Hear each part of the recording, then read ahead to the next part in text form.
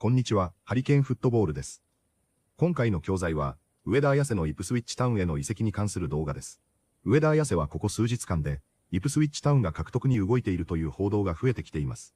イプスウィッチタウンファンのチャンネルでは、上田綺世を特集するため、イギリス出身ながらオランダサッカーを専門に取材し、フットボールオランへのジャーナリストとして活動するマイケル・スタサムをゲストに迎え、上田綺世のフェイエノールトでの活躍や現地での評価、ストライカーとしての特徴、そして、なぜプレミアリーグでも活躍すると自信を持っているかなどについて聞いています。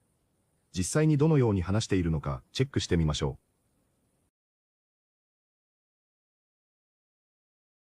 う。Michael, let's get into this one. And for Ipswich Town supporters who perhaps don't know that much about Ueda, how would you first and foremost describe him as a striker?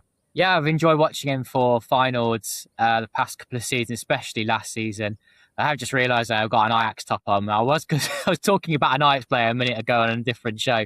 So any final fans watching this, I'm sorry. I hope I don't offend you.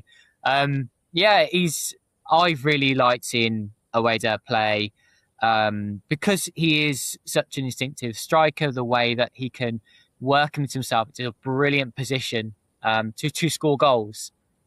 I think the reason why Ipswich might be looking at him and not, for example, someone from the top end of the Premier League is because he's got 27 years old now and only really scored those goals, a glut of goals in the Eredivisie at this age. And I think had he done this, say, 4 or 5 years ago at a younger age, it might have been picked up by a bigger club. But Ueda also struggled to get into the final first team the previous season. So I think now he's scored those goals, top scorer in the Eredivisie, played at the World Cup for Japan. He becomes an attractive asset for a Premier League club, and Ipswich are coming in because they hope that he can score goals in the Premier League. And I have some confidence that he can do well for Ipswich. Do I expect to score 25 goals like he did last season in the Premier League? No, I don't. But I think he's a poacher, and one of those strikers you can admire when you see how he scores goals sometimes, because I think that he's really worked on that side of his game, how he gets to that right place and just executes with great precision, how he scores goals. You got a couple of key insights there, but in terms of his overall gameplay, what are his strengths as a striker? You mentioned getting in the right position. Is he more of a last, a man off the last shoulder of the defender and into the channels, a poacher in the box? What would you say his overall strengths are to his game at the moment? So some of the things I love most about him, I'll talk more about his positioning first. So I like the way that he can manoeuvre room for himself within the penalty area, so that he's just got that extra yard when finishing for a goal. For example, he's not, say, the biggest or strongest striker, but I think he's really good in the air. So he can work himself at position, and when crosses are put in, he's very, very good with his headers and scored a number of headers for final last season. I can't give an exact figure, but I'm pretty sure it would have been double figures for it as well. I remember once he scored one, I think it was his 9th header of the season. I'm thinking, this guy, like the way that he just works that room is brilliant. But also when scoring goals with his feet, with strikes, he's becoming much more deadly accurate. I do find that he's good off the shoulder. But equally, not the quickest striker, and just a very good all-round finisher with that. And that's what I admire about his game, the finishing aspect. And that is what I've been impressed with. Robin Van Persie was his manager last season. You could look at that and think maybe that's had an impact, being such an influential striker himself within the Dutch game. But Van Persie did actually struggle to manage finally in general, and they had quite a poor season despite finishing second in the league. It was only just getting that Champions League spot. So you could argue that maybe he's influenced Ueda from a striker's point of view, even if it didn't work out for the whole team. He came on leaps and bounds last season, and like I said, really struggled to get into that final team the season before, but it was like they lost a striker so he could get that opportunity to be that regular man who could be relied on up top. And the first half of last season in particular, he was outstanding, and the goals kind of dried up a little bit throughout the second half of the season, but still got arguments to goals, and was good enough to earn this transfer from Feyenoord. You mentioned the influence there of obviously Robin Van Persie, a great striker in his own right. He scored 2 goals at the World Cup, which is just gone. Double digits in terms of goals for Ueda last season for Feyenoord, but going back in the last 2 years, 5 goals and 7 goals, 5 goals 3 years ago from like 25 appearances, then 7, then of course a big goal scoring return last year. Does that show that this is a player now at 27 coming into his own, really taking almost like the information from Robin van Persie and other influences, or is it more of a purple season, do you feel, where actually that may be a flash in the pan and perhaps as a weakness in terms of his game, buyer beware a little bit? How would you perceive that one?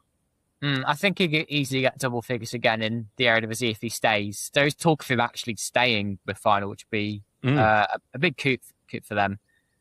That is despite them having a young Shaquille Van Persie waiting in the wings, 18 years old, scoring goals for fun in pre-season. So I think Feyenoord will probably do better to sell him, get the money for Ueda. They've got enough strikers in reserve now waiting for their chance, like Ueda was when he first joined Feyenoord. They actually signed him from Belgium and having done really well in the Belgian league. It was seen as, a step up to go to a Dutch league and to Feyenoord. But was, I've already alluded to this, but to be that second choice striker for Feyenoord and then became that first choice striker. So I think that there are reasons why he didn't maybe score quite as many in previous seasons. Could it be because of what I just said there, that when he was given that opportunity, he could score more. When he was in Belgium, he was doing really well in his last season there. Has come with kind of glowing references. Feyenoord fans were very excited to sign Ueda when he first joined. Yeah, I don't see this as like a purple patch. However, he was particularly good in that first half last season. Was that bit the purple patch? And then second half of the season where he was scoring less frequently, but still a good player, I think that's why, I'll say it again, that's maybe why Ipswich are going for him as a newly promoted team rather than someone higher up the table. All right. So in terms of the player, as we say, 27 goals last year for Feyenoord. If this move was to happen, and we've seen obviously Town are linked with him, then we've seen some reports saying perhaps it's overstated. It's yet to be really determined. It's transfer season, anything can happen. But in terms of if this was a transfer Town were to pursue and more information was to come out, why should Town fans be excited if Ueda was to be signed tomorrow, for example? What gives you the confidence this is a player that can come into the Premier League in a team that's just been promoted, so perhaps won't have the ball all too often, we're looking to be quick on the transition, etc. What gives you the confidence that Ueda can really make a difference to a newly promoted Premier League side?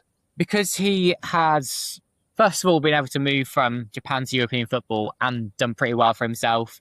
I think a move to England isn't a huge transition, therefore, because he has done it several times before. He's played in European football. Another big tick when it comes to players leaving the Eredivisie to go to La Liga, Premier League, Serie A. What else gives me confidence? Playing for Japan at the World Cup. I think he's just done it on a lot of big stages. And even though he might not be the most prolific striker coming to the Premier League, I think Ipswich can rely on him to make the most of, yes, away from lots of possession, but they can create those openings for him. And I can see him scoring some goals, potentially hitting double figures for Ipswich. Like that if he's remained that main striker, I have that confidence that he could do that. 次は解説です。今回は過去に解説したものも多いですが、本日の解説をチェックしてみましょう。A glut of goals in the Eredivisie at this age. グルッとは過剰、大量という意味を持つ少しレベルの高い単語です。スポーツでは、アグルトフゴールス、大量得点という形でよく使われます。日常会話ではあまり耳にしませんが、新聞記事やサッカー記事では頻出です。ビジネス英語では、商品が供給型になる、情報が溢れているという意味でも使われます。ゴールズの代わりに、wins、chances、products など様々な名詞と組み合わせることができます。少し難しい単語ですが、知っているとニュース記事がかなり読みやすくなります。A glut of goals in the Eredivisie at this age. A glut of goals in the Eredivisie at this age. He came on leaps and bounds last season, and like I said, come on leaps and bounds はイギリス英語の定番イディオムです。飛躍的に成長する、急成長するという意味で、人だけでなく技術や企業などにも使えます。サッカーでは若手選手が大きく成長した時によく使われます。come a long way よりも成長のスピードが強調される表現です。イギリス人は日常会話でもよく使うので覚えておくと便利です。he came on leaps and bounds last season, and like I said, he came on leaps and bounds last season, and like I said, where actually that may be a flash in the pan and フラッシュインザパンは一発屋や一時的な成功という意味のイディオムです。スポーツでは昨シーズンだけ活躍した選手なのかという議論などでよく使われます。英語圏では芸能人や企業、商品など幅広い対象に使われます。非常にネイティブらしい表現なので覚えておくと役立ちます。where actually that may be a flash in the pan and where actually that may be a flash in the pan and buyer beware a little bit. beware は警戒する、注意するという意味の動詞です。命令文で使われることが非常に多く、beware of dogs、犬に注意のような看板でよく見かけます。スポーツでは、defenders beware で、defender は要注意や buyer beware で、買い手は注意すべきのように、警戒を促す表現として使われます。Buyer beware a little bit. Buyer beware a little bit. Yeah, I don't see this as like a purple patch.